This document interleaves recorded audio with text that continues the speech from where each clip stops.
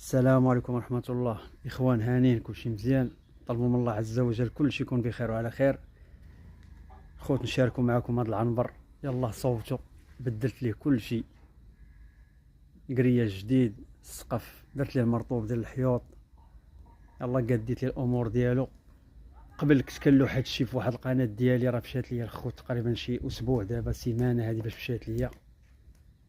دعيتهم الله هاد اللي خدوا ليا القناة ديالي، قناة قديمة تقريبا راه من كورونا الخوت. اول ما بديت فيها كنت كندير التحديات انا ووليداتي كانوا باقين صغار، محمد ونور الايمان. ومن بعد درت فيها تربيه الطيور، شويه درت فيها تربيه الدواجن، الدجاج وقنيه وطاوس. وكنت كنشارك مع الاخوان كل شيء.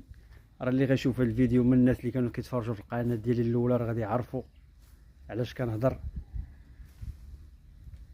قناه الخوت حتى حققت فيها كل شيء، الشروط كاملين،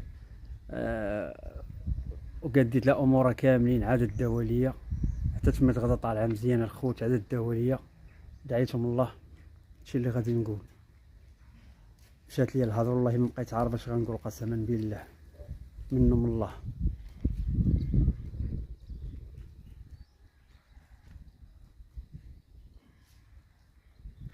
دابا الخوت انا اول فيديو غادي نلوحو في هاد القناه، يلاه صاوبتها البارح، وغادي نبقى نشارك معكم كل شيء الخوت. اي حاجه درتها هنايا فهادشي ديال الطبيعه تربيه الدواجن، او هادشي ديال الشجار ولا ديال الغرس ولا ديال اي حاجه درتها نشاركها معكم.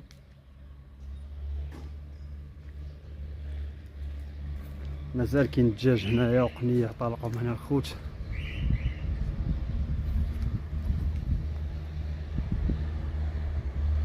كاينه ناس مختصه غير بهذا الشيء هذا، كيدخلوا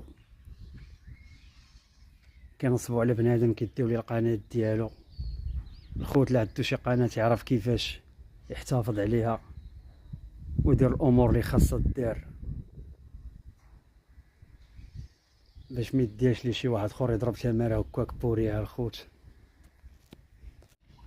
واللي شاف هذا الفيديو الخوت يبارطاجي مع الاخوان ودعموا هذه القناه هذه فضلا وليس امرا الخوت. وهذا الشيء اللي كاين. ونشكركم بزاف الخوت، تبارك الله عليكم. مشات ليا الهضره والله.